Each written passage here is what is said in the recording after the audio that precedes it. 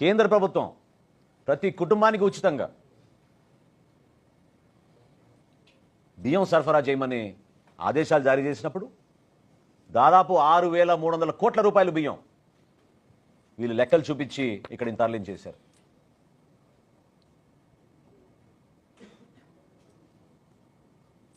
రెండు 2020, 2021, 2022 ఈ 4 పోర్టులు కూడా నేను మీకు చెప్పిన లెక్కలు కోవిడ్ అప్పుడు జరిగిన ఎగుమతులు.